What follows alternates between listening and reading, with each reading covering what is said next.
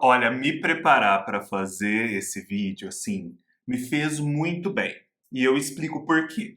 Eu estou aqui no sábado, final de semana, que final das minhas férias, eu peguei 2 semanas de férias. Sabe aquelas férias assim que você não consegue desligar, que você fica com a cabeça cheia, ainda muito ligado ao trabalho, não consegue se concentrar nas coisas, fica pensando na volta, enfim, que você está descansando, mas não está descansando, que você dorme pensando em trabalho, sonha em trabalho e acorda pensando em trabalho, seja o meu trabalho no direito, seja o trabalho aqui no canal, enfim. Eu estava meio chateado por conta disso, porque nas férias anteriores eu tinha conseguido desconectar bastante. E uma das frustrações é sempre a de que a gente não leu o que poderia ter lido. Porque quando eu desligo de fato, eu consigo ler muito. Apesar de a leitura também fazer parte do trabalho, mas quando eu desconecto, a minha concentração nas leituras melhora. São leituras feitas assim, sem o compromisso de trazê-las para o canal. Elas invariavelmente vão vir para o canal, mas não tem essa mentalidade por trás. Então eu tava com essa frustração toda, ia ficar chateado comigo mesmo. Mas quando eu parei para ver tudo o que eu li, desde o último vídeo que estou lendo, uau! Quem foi essa pessoa que leu tudo isso, tendo trabalhado tudo que trabalhou em abril? Eu estou assim, muito satisfeito comigo mesmo, me dando presentes, porque olha, foram 12 livros concluídos, 7 livros que eu avancei, fora todos os vídeos que eu fiz, todos os trabalhos que eu fiz, nossa senhora, fiquei muito satisfeito comigo mesmo. Então, tem muita coisa para falar nesse vídeo. Como sempre, ele está dividido. Primeiro, eu vou falar sobre os livros que eu concluí, 12. Depois, sobre os livros nos quais eu avancei, 7. E depois, sobre os livros que eu pretendo ler em seguida, 7 também, números cabalísticos. O momento a partir do qual eu vou falar a respeito de cada sessão e de cada um desses livros vai estar aqui na descrição. Caso você não tenha tempo nem interesse de assistir o vídeo inteiro, você pode ir direto para o livro que mais interessa. Mas antes disso, eu gostaria de agradecer vocês pelo que vocês fizeram lá naquele vídeo do Book Haul de abril, em que eu tô ali deitado no chão. Ele era o meu estado naquele momento. Isso ilustra tudo que eu disse para vocês agora, porque ali vocês, assim, investiram no like, investiram nos comentários e o vídeo bombou. E eu vou abrir as estatísticas do meu canal. É uma coisa assim, até meio íntima, né? As estatísticas do canal da gente é uma coisa tipo a conta bancária. Mas eu vou abrir para vocês verem a diferença que vocês fazem e pedir que vocês façam o mesmo nesse vídeo. Que curtam, que comentem, que compartilhem, que se tornem inscritos, que deixem nem que seja um coração sob a forma de comentário. Vocês vão ver a diferença que faz. Por exemplo, o meu vídeo de Book Haul de março, que tinha sido o Book Haul anterior. Ele, desde março até agora, teve 1.200 visualizações. Sabe quantos gostei ele teve? 263 gostei e 1 não gostei. E apenas 35 comentários. Ou seja, com 263 gostei e 35 comentários, o vídeo em mais de 2 meses alcançou 1.200 visualizações. E é um tipo de vídeo que costuma ser o mais visualizado do canal. E por isso também eu ganhei com esse vídeo 15 inscritos. É um número bacana. Mas vejam só o que vocês fizeram no vídeo de abril. No Book Haul de abril, um pouco mais de um mês, né, vamos dizer assim, ou menos, né, menos de um mês, o vídeo já teve 2.600 visualizações. Sabe quantos gostei ele teve? 606 gostei, conta 263 no mês passado. Teve 7 não gostei também, mas a proporção tá boa. Teve 208 comentários. O outro tinha tido 35. Ou seja, porque vocês curtiram muito mais, porque vocês comentaram muito mais, nem que fosse um coração, o vídeo, tipo, foi 2 vezes mais assistido na metade do tempo. E sabe quantos inscritos eu ganhei com esse vídeo? 42. Lá no Book Haul de março eu tinha ganhado apenas 15. Vejam a importância dessa interação de vocês. Por isso eu peço, vamos fazer esse vídeo aqui de leitura que tem tanto livro bom, chegar mais longe, chegar a novos públicos, chegar ao público que já é inscrito, mas que às vezes não recebe o vídeo. Então, não deixe de acionar a notificação, de curtir, comentar nem que for com o coração, e se você não é inscrito, se inscrever. Agora a gente está vivendo a Book Friday lá na Amazon, outro momento super importante para o canal. Eu já venho divulgando as promoções, é um momento em que o canal pode monetizar, então é muito importante que ao comprar qualquer item na Amazon, vocês acessem a Amazon pelos links que eu deixo. Não importa se vocês não vão comprar um livro do link que eu deixo. Basta que vocês acessem a Amazon através de um desses links, que o carrinho esteja vazio e que vocês, de fato, acessem a Amazon pelo link, né, que a janela já não esteja aberta, para que a Amazon entenda que vocês estão chegando lá por conta do meu link. As promoções, a lista atualizada, está tudo lá na aba comunidade do canal. Está lá, mas também está aqui embaixo, num comentário fixo que eu deixei. Então, dê uma conferida lá naquele comentário, tem muita coisa bacana, a promoção vai até segunda. Então, eu conto com vocês para fazer acontecer também dessa outra perspectiva mais financeira que é tão importante para o canal. Pois bem, depois de já ter falado tudo isso, eu vou falar sobre as leituras concluídas. O primeiro livro que eu concluí depois do vídeo passado, de O que estou lendo, foi um vídeo muito marcado por uma maratona que eu fiz, lendo vários livros ao mesmo tempo. Lá tem até um destaque falando o método que eu empreguei. Eu continuei nessa maratona mais um pouco e mais para o final eu apenas concluí livros. E um deles foi Cangaceiro, do José Lins do Rego. Eu já havia lido o primeiro livro desse ciclo do cangaço, chamado Pedra Bonita. Pedra Bonita conta a história do Bentinho, é Bentinho o nome dele, eu sempre me confundo. Do Bentinho, é porque é o mesmo nome do Dom Casmurro, né? Ele conta a história do Bentinho, Pedra Bonita, porque ele foi criado longe da família, por um padre, lá na Vila do Açu, um lugar no meio do nada. E aí ele volta a ter contato com essa família, alguns irmãos dele entram para o cangaço vai se insinuando cada vez mais na vida dos personagens, e aquele livro, ele termina literalmente numa encruzilhada, a gente não sabe ao certo qual vai ser o desenvolvimento daqueles personagens frente a fatos que os oprimem.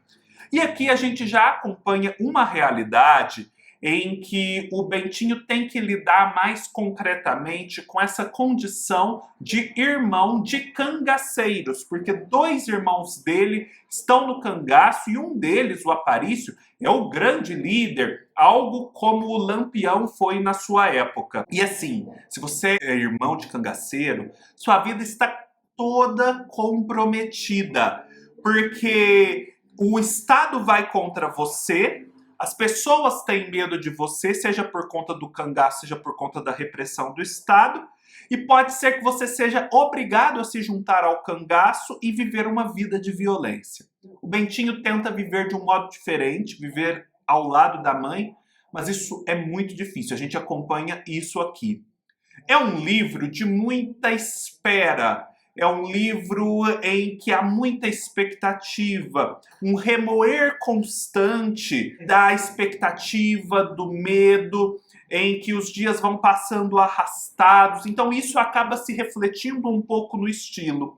Mas na minha opinião, isso não é um defeito do livro, é uma qualidade, porque o José Lins do Rego consegue trabalhar esse tipo de vivência de uma forma artística. E é impressionante como ele trabalha esse microcosmo do sertão acossado pelo cangaço, dessa briga entre o cangaço e o Estado, e de como as pessoas que estão no meio sofrem. É um livro que eu falei no vídeo passado que tem muito a ver com a consecução da justiça, porque assim como naquela peça grega Oresteia que eu li há algum tempo, Aqui a gente tem uma ideia sobre como o ciclo da vingança se perpetua, porque o cangaço é muito fundado na vingança e a repressão estatal também. Busca-se uma justiça com esse ciclo de vingança, mas é nítido que essa forma de consecução da justiça é insustentável, porque o derramamento de sangue é constante. Então, assim, é um livro que pode ser lido até por essa chave do direito e da justiça. Me lembrou da tragédia grega, o que já é maravilhoso, e me lembrou também de Don Quixote. Eu vou voltar a falar de Don Quixote nesse vídeo, porque a gente tem muito aqui coisas que acontecem nos caminhos, naqueles caminhos de terra que ligam as fazendas e as cidades. Isso me lembrou tanto a dinâmica dos acontecimentos em Don Quixote, que também é um livro que se passa muito nos caminhos. Enfim, é um livro que eu concluí a leitura gostando muito. Ainda não fiz vídeo, mas eu farei, porque ele merece. E quanto mais eu me distancio dele, mais ele cresce em mim. Mais eu o admiro, eu me pego constantemente me recordando de cenas, de impressões, de sensações que esse livro me provocou. É um livro muito filosófico, muito imagético e sensorial. Então, assim, se tornou um 5 estrelas. Eu tinha dado 4 estrelas para o Pedra Bonita. Esse aqui ganhou 5.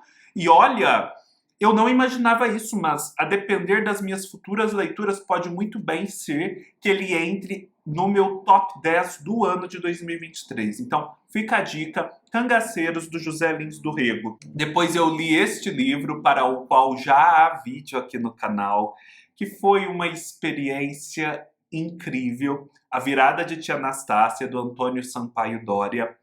É um livro que eu recomendo a todos, que eu recomendo que vocês deem de presente a todas as crianças e que todos os adultos leiam também, porque tanto adultos quanto crianças poderão tirar muito proveito dele. É um livro que vai para além do meramente infanto-juvenil, na medida em que, ao trazer a história do Sítio do Pica-Pau Amarelo para os tempos atuais, o Antônio Sampaio Dória consegue não só emular o estilo e o clima dos livros do Monteiro Lobato, que já é um feito incrível, como também tratar da questão da tia Anastácia, que é tão agredida, que é tão subalternizada dentro da dinâmica do sítio e pelas ofensas que a Emília lhe desfere. Ele consegue trazer a tia Anastácia, essa questão tão premente na obra do Lobato, e resolver ela de um modo que a tia Anastácia assume o protagonismo da própria história, com base em elementos que estão no próprio Sítio do Pica-Pau Amarelo, tal como escrito pelo Monteiro Lobato.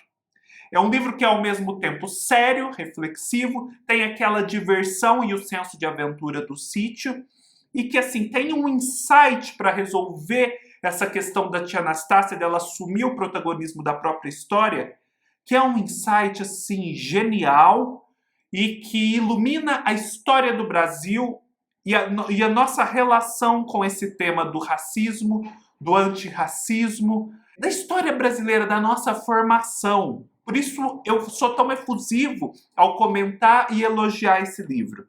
Tem vídeo no canal, lá eu descrevo em detalhes como essa história funciona. Esse livro é super baratinho, R$ 35. Aproveitem que vocês estão comprando um monte de livros na Amazon. Comprem, vou deixar a referência aqui embaixo. Quem vende é um terceiro, é o próprio escritor. Ele traz alguns brindes. Fenomenal, uma edição caprichadíssima. O Antônio Sampaio Dória também tem canal aqui no YouTube. Vou deixar o link aqui embaixo. A Virada de Tia Anastácia. Leiam esse livro. Depois, eu li um livro para o qual já há vídeo aqui no canal também, que é Jorge Luiz Borges, um escritor na periferia, da Beatriz Sarlo. A Beatriz Sarlo é uma grande intelectual argentina. A cada dia que passa eu fico mais admirado com ela. Eu assisti a um Roda Viva de 2007, em que ela é entrevistada. Fiquei estupefato com a argúcia dela.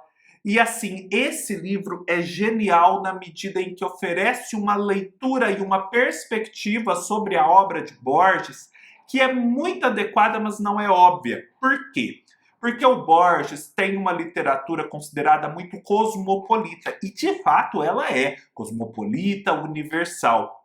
E ela é lida na Europa, nos Estados Unidos, dessa forma. Poucos se lembram que o Borges é argentino e muito poucos associam o Borges a qualquer contexto especificamente argentino ou latino-americano.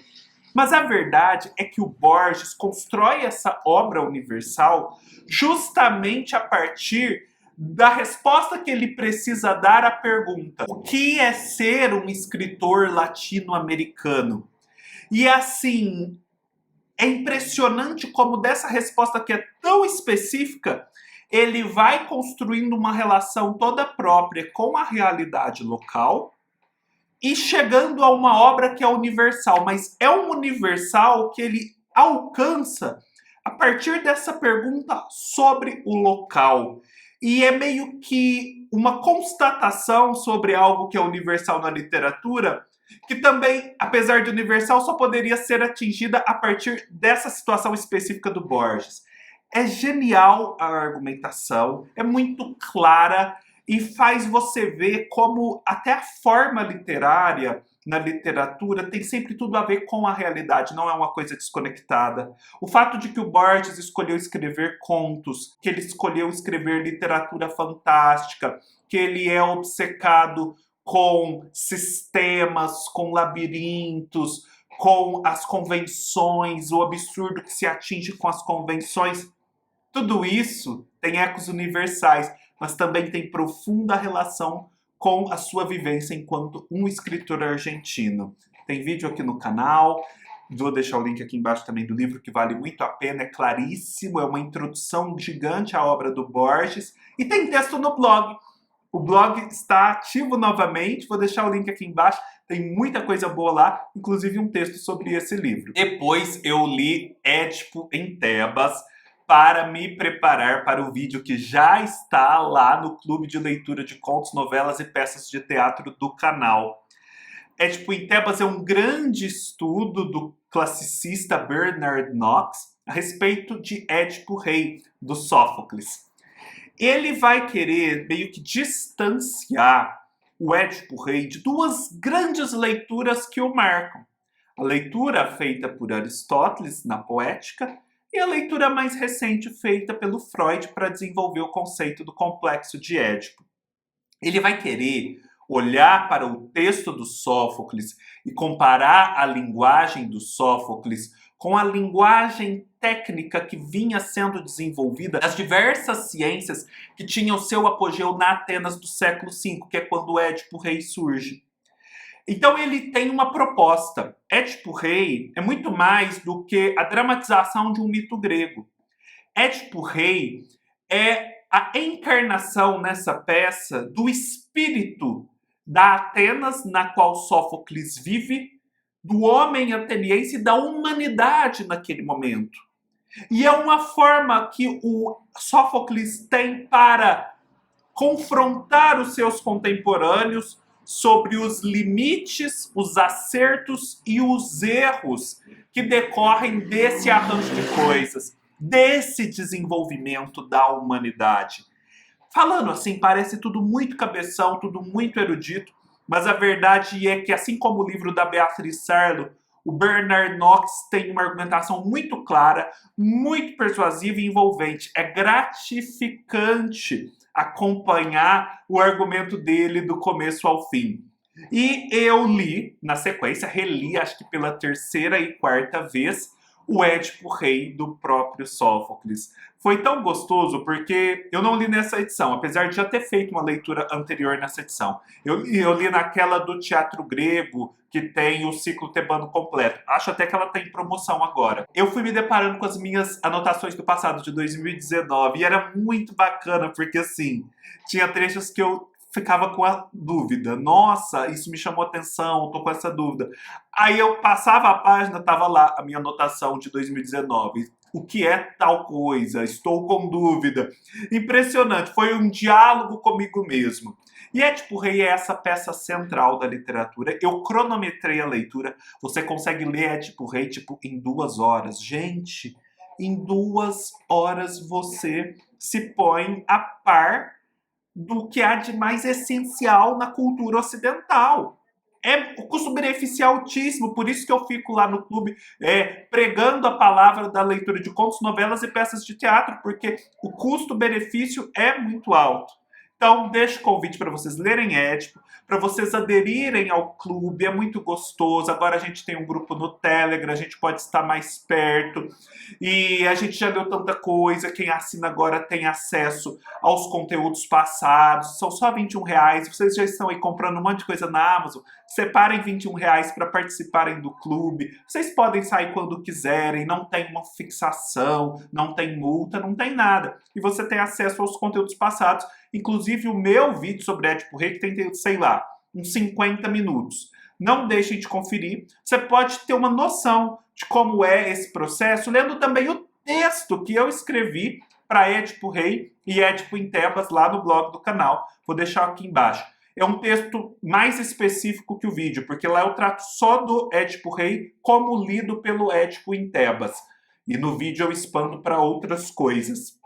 Então não deixem de conferir, não deixem de participar e aproveito até para agradecer a todos vocês que já participam. A participação de vocês, o apoio é fundamental para que o meu projeto de leitura continue, que 12 livros sejam lidos no mês e comentados e por aí vai. Depois eu concluí a leitura de O Senhor Presidente, do Miguel Ángel Astúrias. Eu já havia falado sobre esse livro antes. O Miguel Ángel Astúrias é um vencedor do Prêmio Nobel de Literatura, o primeiro latino-americano a vencer o Prêmio Nobel de Literatura, e esse livro é um colosso. Esse aqui facilmente vai estar entre as minhas 10 melhores leituras de 2023. Eu preciso ler coisa muito boa para superar isso aqui. Porque a gente tem aqui uma história de ditador. É um país que, assim, a gente pode pensar que é a Guatemala natal do autor, mas que não é identificado precisamente. Pode ser qualquer país latino-americano em que há um ditador e em que esse regime instaura aquela paranoia própria das ditaduras. E a gente acompanha aqui principalmente os efeitos dessa paranoia sobre a vida de algumas pessoas. Não é um livro que vai procurar discursivamente, de uma forma ensaística, entender exatamente todos os mecanismos de poder, mas ele vai procurar de uma forma artística, muito plástica, estética, retratar os efeitos dessa ditadura sobre essas pessoas ao longo do tempo e relacionado a determinados episódios. Por exemplo, esse é um livro que se desencadeia a partir do assassinato de um importante membro do exército desse país. Esse membro do exército desse país foi morto em umas circunstâncias, a princípio, que não tem nada a ver com a política. Mas o presidente, o senhor presidente, entende muito conveniente emprestar a esse evento conotações políticas. E começa a acusar certos desafetos desse assassinato. E aí a gente acompanha a repercussão dessa acusação sobre a vida dos acusados, dos acusadores e de uns coadjuvantes que se entremeiam nessa trama. E no meio disso tem história de amor, mas assim, nada piegas, tudo muito interessante. Você tem um retrato daquela sociedade assim, de clima claustrofóbico e de um jeito que, meu Deus, esse livro é dividido em capítulos e cada capítulo é essencial. É como se o Miguel Ángel Astúrias pensasse, eu tenho que retratar determinada cena. Essa cena vai ocupar o espaço de um capítulo. E nesse capítulo eu vou entregar tudo o que esse fato merece para ser contado de uma forma literária.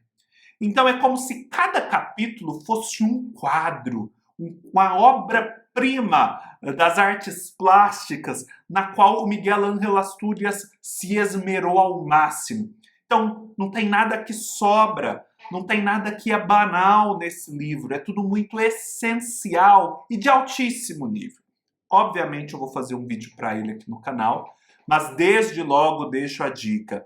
O Senhor Presidente, do Miguel Ángel Astúrias, é um dos melhores livros que vocês poderão ler aí nos próximos meses. Concluí a leitura de Santa Evita, do Tomás Eloy Martínez.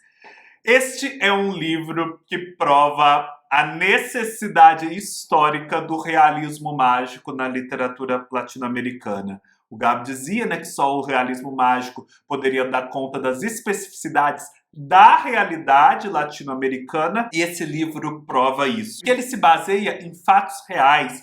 Em alguns momentos ele chega a ser até jornalístico, apesar de ser um romance, que é o fato da morte da Evita Perón, esposa do Juan Perón, grande ditador para alguns, grande líder para outros da Argentina, e que é venerada como uma verdadeira santa por vários argentinos desde aquela época, nos anos 50 e 40.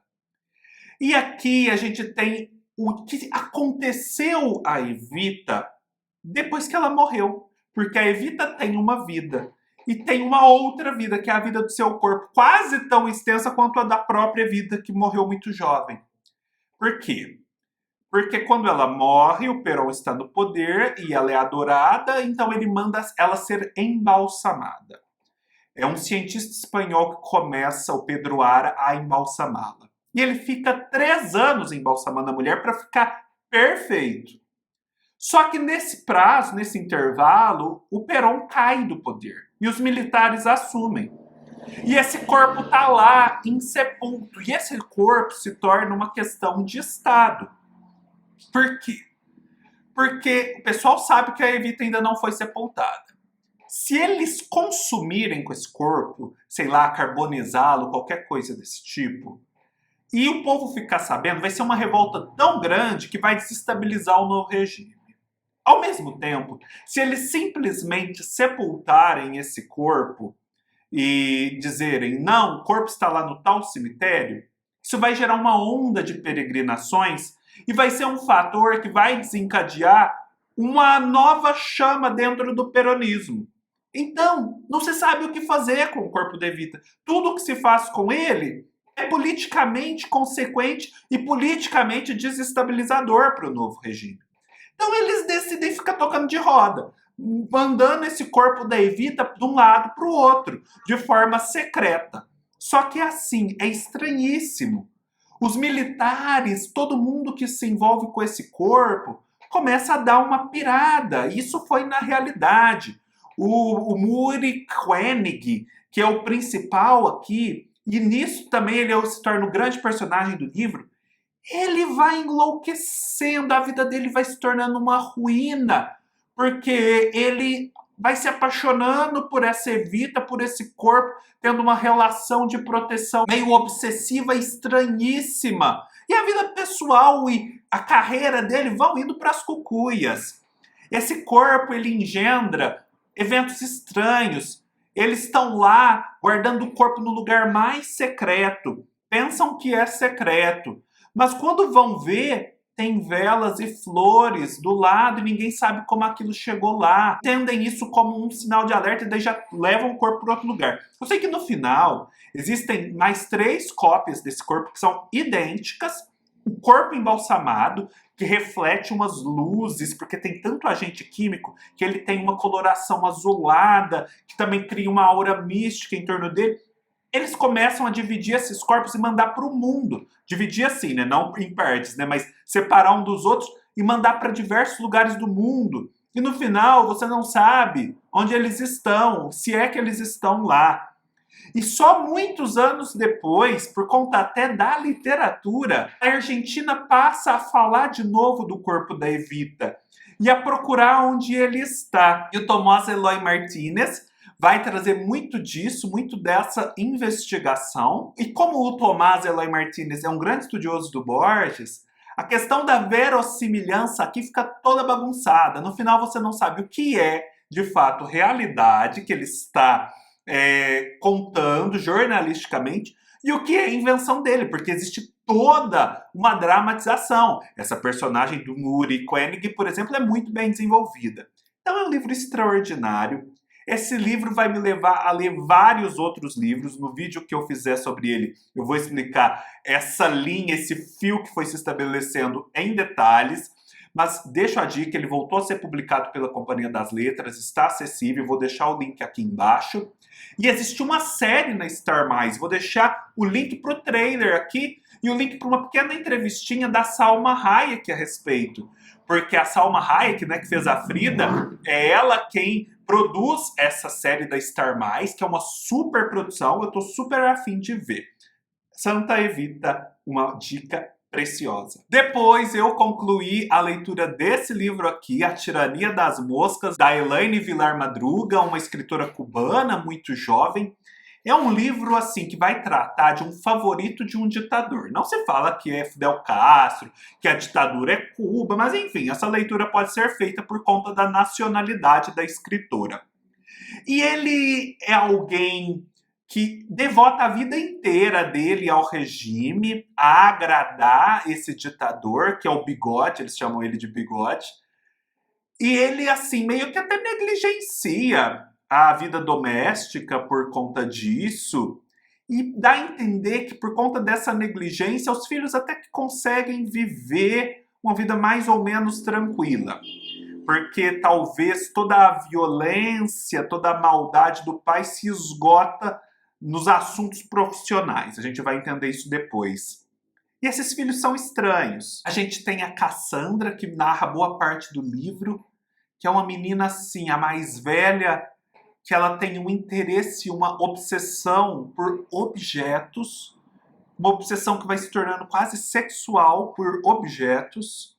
A gente tem o filho mais novo, Caleb, que é um menino que, quando os animais chegam próximos dele, eles morrem. Então é como se ele fosse um anjo da morte, uma coisa estranhíssima. Isso acontece pela primeira vez quando eles visitam um zoológico. E a gente tem a filha mais nova, a Cália, que é uma menina que não conversa, que tem ali 3, 4 anos, que não fala com ninguém, fica ali só ensimesmada no mundinho dela. E só que ela desenha muito bem. Daí os desenhos, né, que estão aqui nessa arte gráfica. E ela desenha animais com a perfeição anatômica sem igual. Só que nesse meio tempo, esse favorito, ele cai em desgraça, porque os parentes dele tentam sublevar, subverter o regime. E vocês sabem, em ditadura, se um parente fez uma coisa, é como lá no cangaço do José Lins do Rego. Os outros parentes pagam o pato. Então ele cai em desgraça. Só que assim, ele não é punido apenas, ele fica num limbo, que é pior ainda. Então ele não sabe exatamente o que vai acontecer. Ele já não ocupa o lugar de destaque, mas ao mesmo tempo não é explicitamente punido. E aí, esse homem passa a exercer uma tirania, a se revelar um pequeno ditador doméstico e a exercer uma séria opressão sobre esses filhos. E aí isso vai ter um desenvolvimento muito particular, que também tem a ver com esse universo mais estranho de cada um dos filhos e da esposa, cujo passado vai se revelando gradativamente, também cada vez mais estranho. É um livro muito simbólico, muito potente, muito instigante. Eu ainda não cheguei a uma conclusão sobre ele. Farei um vídeo para o canal, mas antes disso eu preciso organizar as minhas ideias. Por hora, é o que eu consigo passar para vocês. Finalmente eu li esse livro que tem sido lido e querido por tanta gente, que é O que é Meu, do José Henrique Bertolucci. Esse livro é um livro que é associado àquele gênero da autossociobiografia, que é o mesmo no qual a Annie Ernaux, vencedora do Nobel, transita, o Didier Eribon e o Edouard Louis. Eu vou falar sobre o Edouard Louis daqui a pouco. E ele fez muito sucesso, esse livro, antes mesmo de ser lançado, foi lançado recentemente, porque antes mesmo de ser lançado, ele já havia sido vendido para 10 países, editoras muito importantes. Por exemplo, na Inglaterra ele vai ser publicado pela mesma editora da Annie Ernaux. E ele tem feito muito sucesso, o público vem lendo, e o José Henrique Bertolucci é de Jaú, a cidade onde eu moro atualmente. Então existe até uma possibilidade de que eu o conheça num evento, talvez até traga ele aqui para o canal, enfim, vamos ver. Deixo aqui essa pistinha para vocês. Vamos acompanhar os próximos acontecimentos. E assim, esse é um livro que vai narrar de forma muito tocante a história do pai dele. Porque o José Henrique Bertolucci nasceu e foi criado em Jaú numa família pobre. O pai dele era caminhoneiro, cruzou o país o tempo todo, a mãe dele costurava para fora. E ele ascendeu socialmente por conta dos estudos, assim como Annie Ernaux e o Didier Ribon. E nesse livro, como alguém que agora pode escrever manejando os instrumentos da linguagem muito bem, ele vai contar a história do pai dele, que de outro modo passaria sem ser contada, porque as histórias dessa classe social mais baixa muitas vezes deixam de ser contadas, porque quem ascende socialmente às vezes não quer contar essas histórias, não quer revelar esse passado, porque esse passado ele deixa marcas e causa estigmas muitas vezes. Então são histórias que nunca são contadas. Então ele conta essa história e o pai dele cruzava esse país de cima a baixo. E é impressionante porque com a vida do pai dele e dos companheiros do pai dele, a gente vai vendo de uma forma muito orgânica, e nisso está a graça da autossociobiografia, os efeitos do próprio desenvolvimento econômico do país, um desenvolvimento assim frenético, a todo custo, as marcas que isso vai deixando na sociedade, no meio ambiente, por que não, principalmente, né?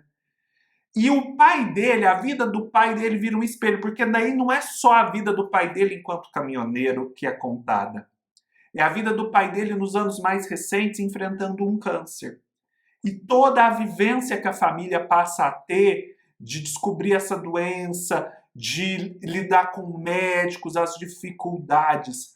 É impressionante o paralelo que se estabelece assim, de uma forma muito orgânica entre a trajetória nacional e a trajetória de um único homem de uma classe baixa. E para gente que, como eu, vem do interior, vem de uma família de classe baixa, a identificação com muitas coisas é muito grande. Assim como tinha sido quando eu li a Annie Ernaux e o Didier Ribon. Eu vou falar mais sobre esse livro com vocês, mas deixo já a dica, não deixem de conferir. Lá no Instagram eu fiz um Reels apresentando de forma mais pormenorizada esse livro, ficou bem bacana, é 1 minuto e meio, mas está bem produzidinho, não deixem de conferir. Vou deixar o link aqui embaixo, é um Reels que eu faço em parceria com a Vamos Ler, que é a livraria de Jaú, parceira aqui do canal. Por conta aí de estar lendo autossociobiografia, eu li esse outro autossociobiógrafo que tem um pé um pouco mais fincado na ficção. Ele mesmo declara isso e eu concordo, que é o Edouard Louis. Este é o Edouard Louis, também muito jovem, e ele é francês e eu li O Fim de Ed e História da Violência.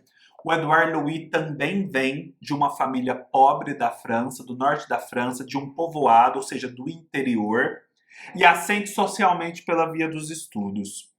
E aqui no Fim de Ed, ele vai contar muito dessa infância e adolescência dele, nessa classe social baixa, e também o drama dele se descobrir gay dentro dessa classe tão avessa ao diferente, em que a masculinidade muito viril, muito tradicional zona, é valorizada ao extremo sob vários aspectos.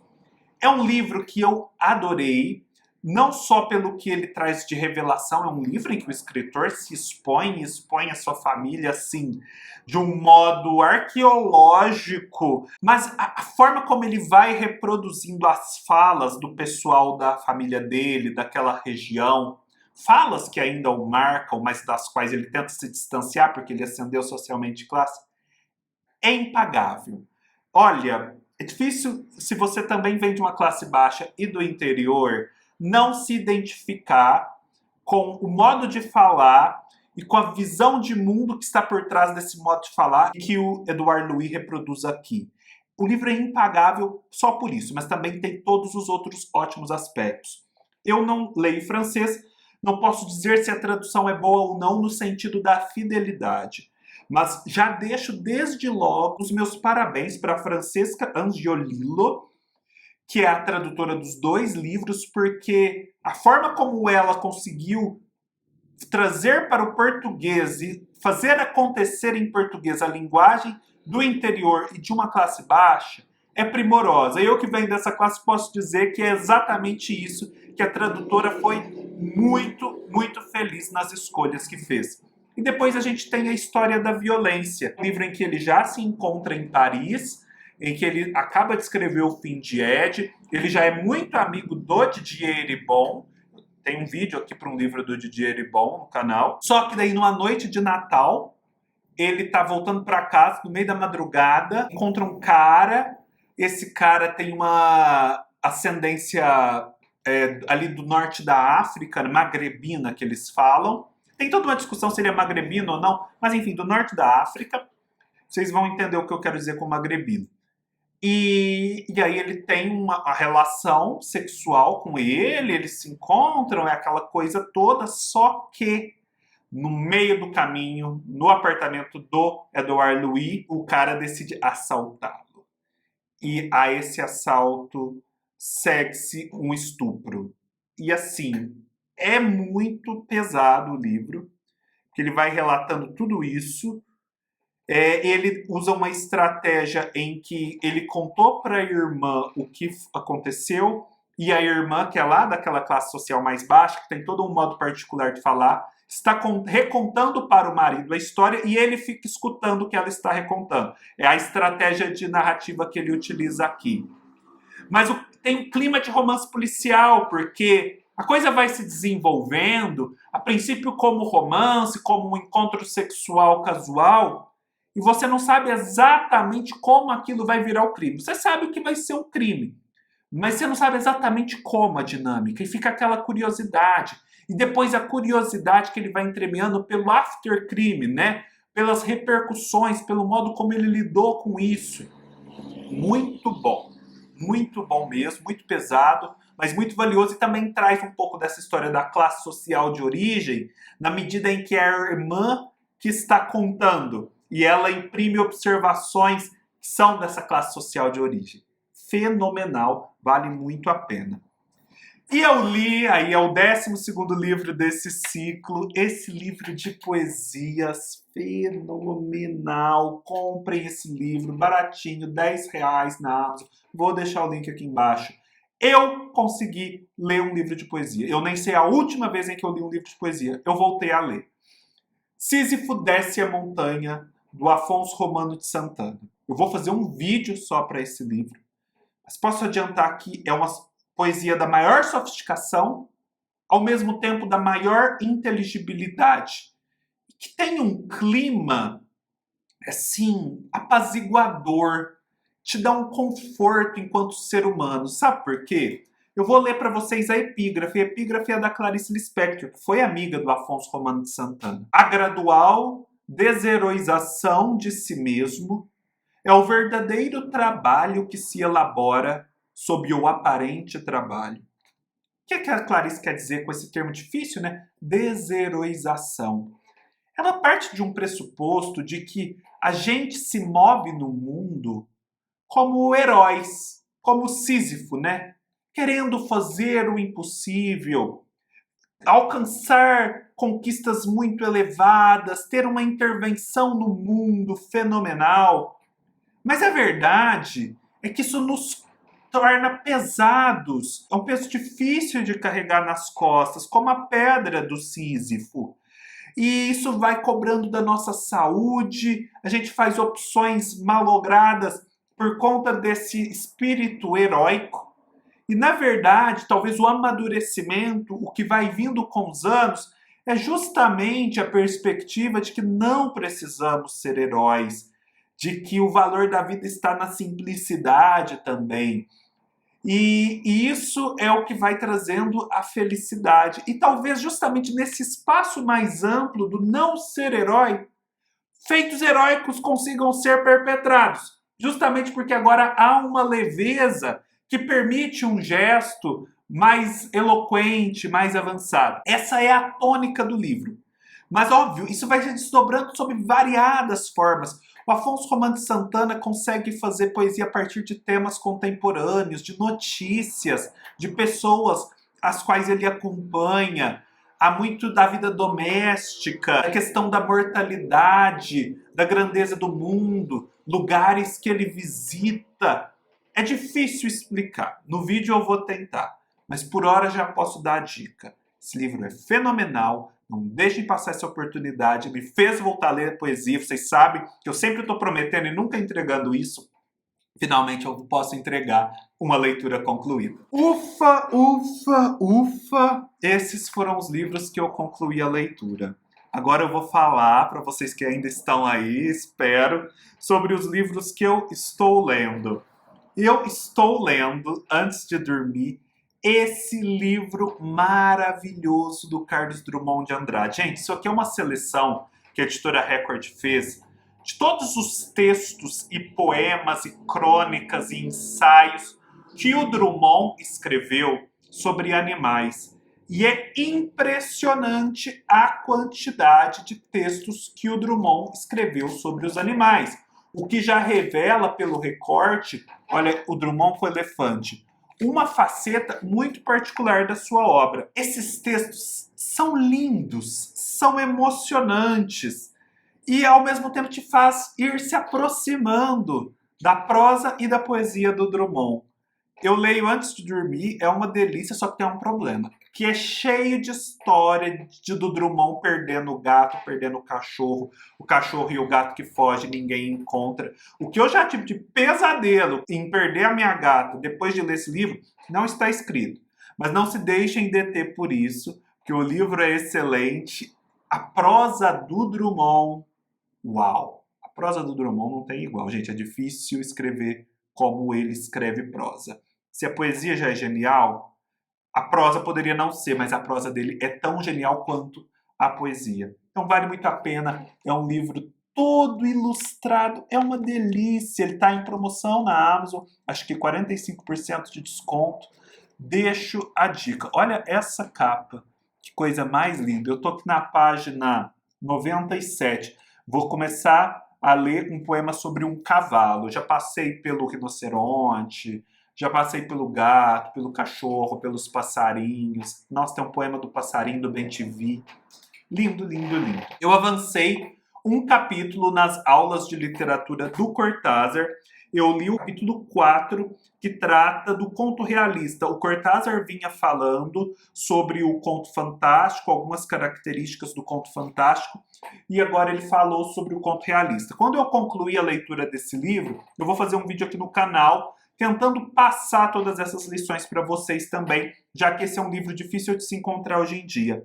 Mas o que eu posso adiantar sobre o conto realista é a engenhosidade da visão do Cortázar, porque ele meio que vai te fazendo ver que essa fronteira fantástico e realismo é muito mais problemática do que a gente pode pensar. E que muitas vezes é só o aparentemente fantástico que é capaz de dar conta de determinados aspectos da realidade. Ele tem toda uma explicação e uma demonstração para isso, mas é muito convincente. Eu posso adiantar isso para vocês. Então, depois eu volto a falar sobre isso.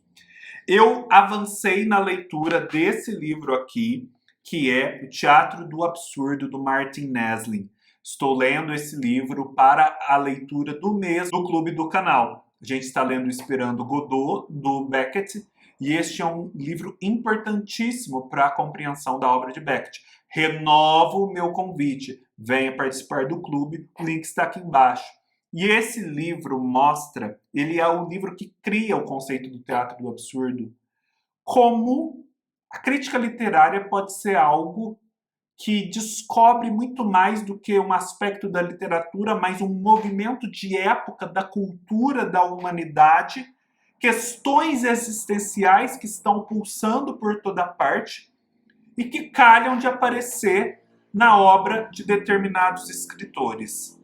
Aparece aqui, o Martin Nestlin faz isso como ninguém. Eu já li os prefácios, a introdução, que são riquíssimos, e agora estou lendo o capítulo sobre Beckett. Gente, é um livro que emociona, é uma crítica literária que você fica arrepiado com certas constatações que ele faz, analisando a obra de Beckett, por exemplo, sabe? Uma coisa que cala profundamente na vida da gente, na concepção de mundo, nas dores, no sofrimento. Nossa, eu depois vou me estender mais sobre esse livro num vídeo específico, mas já deixo a dica, esse livro é fenomenal. É muito mais do que um livro de especialistas. é um livro enriquecedor do ponto de vista humano. Eu estou lendo Don Quixote das Crianças, do Monteiro Lobato.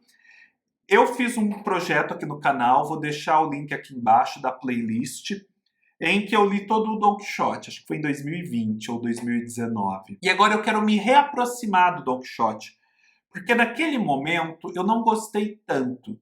Mas foi importante, porque o Don Quixote me fez dar passos largos para depois ler e entender Cortázar e Borges.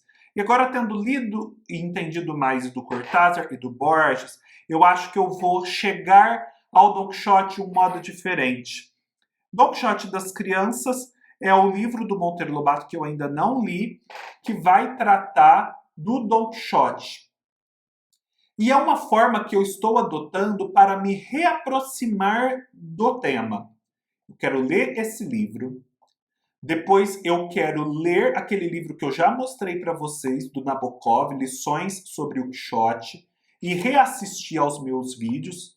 Depois eu quero ler de novo todos os textos críticos que estão naquela edição da Nova Aguilar, que é linda, que tem tipo uma centena de páginas de textos críticos, para só depois, e já tendo lido mais Cortázar, mais Borges, chegar ao livro Don Quixote propriamente dito uma vez mais. Eu vou ler e fazer vídeo para Don Quixote das Crianças e vou ler depois esse livro em paralelo com o capítulo específico que está lá naquele outro livro que eu mostrei no Book Haul, Monteiro Lobato, livro a livro, que é fenomenal. Vai ser uma espécie de projetinho meio livre, né? De reler Lobato ou ler os livros que eu ainda não li em paralelo com aquele livro da editora Unesp. Comecei a ler Os Homens Mais Altos, do Fabián Martínez Sicardi, que é um escritor argentino. Este é um livro publicado pela Peabiru, é uma editora que eu apresentei a vocês naquele vídeo 7 editoras para conhecer. Se você ainda não assistiu, assista, é muito bacana, expande horizontes. Gente, esse livro tem um tom de aventura e de mistério, mas um mistério muito sutil, um tom intimista, de te levar para lugares distantes, terras desconhecidas, que há muito tempo eu não encontrava. Porque aqui a gente tem a história de um menino que ele é filho de uma indígena Tehuelche, que é um povo da Patagônia, um povo conhecido, um povo indígena por ser um dos mais altos do mundo, eles são altíssimos, daí o título Os Homens Mais Altos, e de um espanhol. No final esse menino fica órfão, é criado por ingleses, tudo ali naquela Patagônia, na Terra do Fogo, aquele ambiente muito específico, quase lunar, tantos ventos, tão inóspito. E aí ele é criado por padres, depois ele começa a se desenvolver como noviço num colégio salesiano, ele é muito inteligente, ele vai fazendo muitas descobertas, né, enquanto estuda, mas a verdade é que ele está se aproximando cada vez mais da compreensão da história desse povo. E eu estou nesse ponto ainda, na página, olha, 72, mas está uma delícia. A gente sabe que depois, quando ele está quase se tornando padre na Itália, ele tem umas visões com um bisão que só tem um chifre, é como se fosse um bisão unicórnio, e que isso vai ser decisivo para ele se reaproximar dessa ancestralidade desses homens tão misteriosos. Delícia esse livro, dica forte, Os Homens Mais Altos. Quando eu concluir a leitura, eu volto a falar dele aqui no canal. Por conta do nosso clube de leitura de contos, novelas e peças de teatro do canal, eu li 3 contos do Aleph, mais 3 contos, e neste mês vou ler os outros 3. Os que eu li foram Emma Zuns, A Casa de Asterion e A Outra Morte. Gente, contaços, como sempre. E esse Emma Zuns, uau, uau, uau. Fenomenal. E assim, eu comentei já em vídeo lá pro clube, quem assinar vai ter acesso. Sabe esse livro da Beatriz Sardo que eu tinha comprado, A Paixão e a Exceção, sobre o Borges e a Evita? Pois é, tem um capítulo só sobre Amazuns, então foi super bem-vindo, eu comentei esse capítulo lá no vídeo. O biógrafo do Borges tem toda uma explicação para Emma Zuns. Por que desse nome? É fenomenal a história por trás da composição das letras que formam esse nome, dos sons. Só mostra a genialidade do Borges. Eu leio esse trecho lá no vídeo. E eu escrevi um texto também. Um texto que não dá conta de todos esses aspectos, mas dá conta de aspectos relevantes desses 3 contos que está no blog. Dê uma olhada lá. Dá para dar uma sentida em como são os vídeos também em que eu faço esses comentários. E quem sabe você se anima a aderir ao clube. Eu vou ler então agora em maio e comentar lá no clube os contos Deutsche Requiem, A Busca de Averroes e Ozahir. Por conta de Ozahir, eu vou ler um outro livro que eu vou mostrar para vocês. O que eu pretendo ler? Que eu vou ler com certeza. Esperando Godot, que é o livro do mês lá do Clube de Leituras do canal. Venha com a gente, é uma peça de teatro facinha de ler. Aproveita aí as promoções da Amazon, compre Esperando Godot e venha ler com a gente. Eu vou ler para o Clube de Leituras Projeto Default, da Denise Mercedes, o Robinson Crusoe. Estou super empolgado, eu li um pedacinho só, mas acho que esse livro vai ser uma delícia. Invencível Verão de Liliana, esse vai ser para o Clube 100 Anos de Literatura da Denise Mercedes. Gente, eu vou deixar todas as referências da Denise Mercedes aqui embaixo. Denise Mercedes está fazendo um trabalho incrível e gratuito na internet que vale a pena acompanhar. Vou deixar as referências. O Invencível Verão de Liliana é um livro emocionante, é um livro de uma escritora mexicana, Cristina Rivera Garza. Dê uma olhada na sinopse, eu tenho certeza de que vai agradar vocês. A Denise tem muitos projetos. A Denise também está fazendo um projeto de teoria literária e a gente vai ler um pouco desse livro, O Realismo Maravilhoso, da Irlemar Champ, sobre realismo mágico e as especificidades de cada realismo mágico. Para ler aquele conto Ozahir do Borges, eu vou ler esse livro aqui, Borges e a Cabala, que eu estou super interessado. Antes de produzir o vídeo sobre Santa Evita, eu vou ler esse conto aqui, Essa Mulher, do Rodolfo Walsh, que inspirou na época a redescoberta do corpo de Evita. Por isso que eu falei que a história do corpo de Evita está imbricada com a história da literatura. E que depois levou o Tomás Eloy Martínez a escrever aquele livro. E eu vou ler também esse livro que eu ganhei de presente da Denise Mercedes, A Revoada, do Gabriel Garcia Marques, que é o primeiro livro dele. A Denise está fazendo um projeto, vocês podem participar, se chama História de um Deicídio, em que ela está lendo as obras citadas pelo Mário Vargas Llosa naquele livro, História de um Deicídio, em que ele analisa Macondo e o Gabo, e que formam a Macondo imaginária do Gabriel Garcia Marques. Então são as primeiras obras até chegar em 100 Anos de Solidão, a começar por A Revoada. Inclusive, História de um Deicídio, que é um livro super caro, está em promoção. Vou deixar o link aqui embaixo. Enfim, pessoal, é tudo isso. Se você ainda está aqui no vídeo, não esqueça de dar o seu like se ainda não deu, de deixar um coração na forma de comentários, de acessar esses links todos. As promoções da Amazon estão aqui no comentário fixado. E aí a gente vai se vendo nas próximas semanas, comentando também esses livros em específico. Já está próximo do book haul do mês, tem muita coisa para mostrar. Se você ainda não assistiu ao vlog, assista, ali tem meio que um mini book haul. E nos vemos numa próxima oportunidade. Até mais!